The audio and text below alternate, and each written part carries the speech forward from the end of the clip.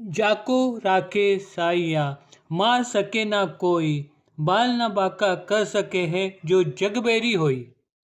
इस बात का अनुभव हमें मुंबई नज़दीक बोरिवली में रहने वाले गिल इनके अनुभव से आ जाता है।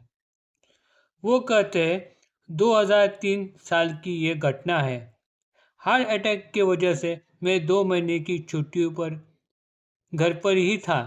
9 अप्रैल 2003 बुधवार की रात को मुझे सपने में ये दिखा कि बाबा ने लगी आग में से एक छोटे से बच्चे की रक्षा की। इस साई लीला का अनुभव हमें साई सच्चरित्र के पोथी के 7वें अध्याय में पढ़ने को मिलता है। दूसरे दिन जब मैंने सुबह चाय नाश्ते के वक्त टीवी देख रहा था, तभी उस पर शिरडी के साईं बाबा ये सिनेमा चालू था और उस वक्त उस उसमें भी मुझे वही सीन जो रात को मैंने सपने में देखा था वही नजर आ गया। मेरा मन आशंकित हो गया, कहीं ये कोई भयंकर संकट की सूचना तो नहीं। शाम का समय था। एक वयस्क साई भक्त जिनकी उम्र अंदाजन 80 साल की होगी, वो मेरे घर पर आए। मेरी बीवी ने गैस पर पानी गर्म करने के लिए रखा था और वह साई सत्यचरित्र की पोथी पढ़ रही थी। मैं उस वक्त उस वृद्ध स्त्री के साथ बातचीत में मग्न था। मेरे बीवी ने इशारों से मुझे गैस के बटन को बंद करने की सूचना दी। मैंने किचन रूम में जाकर देखा तो गैस का बटन चालू था, लेकिन आंच बुझ गई थी। मैंने गैस सिलेंडर को हिला के देखा तो सिलेंडर खत्म हो चुका था।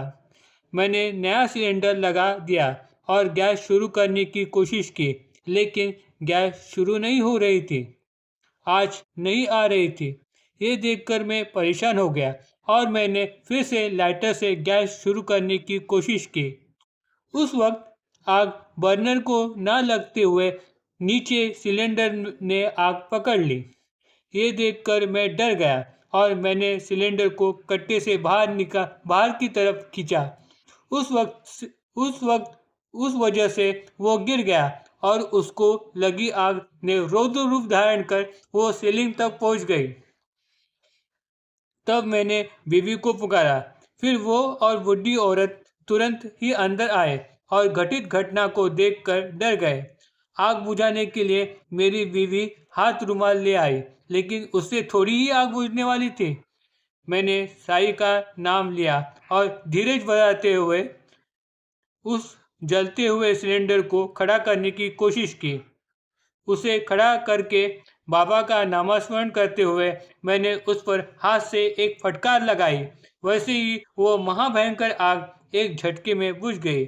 लेकिन उस हादसे में सबसे बड़ी आश्चर्यजनक बात तो ये थी कि इतने बड़े भड़की हुई आग में हाथ डालने के बाद भी मेरा एक बाल भी बांका नहीं हुआ था।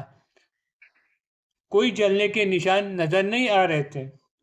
दूसरे दिन जब गैस मैकेनिक घर पर आया तो वो जांच करने पर चकित रह गया। उसने देखा कि गैस रेगुलेटर पूरी तरह से पिघल गया था। यह सब जांच पड़ताल करने के बाद उसने हमसे प्रश्न पूछा कि तुम सब लोग बच कैसे गए। हम भी इस बात से हैरान थे। हमारे जबान से एक शब्द भी नहीं निकला। घटित घटना के बाद मुझे दिखे स्वप्न का खुलासा हो गया और मैंने तहे दिल से साई का शुक्रिया किया। खैर, ये तो हो गई बाबा के कृपा की बात। भारत में गैस सिलेंडर के फटने की वजह से भारत में लगभग 3 से 4 हजार लोगों की जानें हर साल जाती है।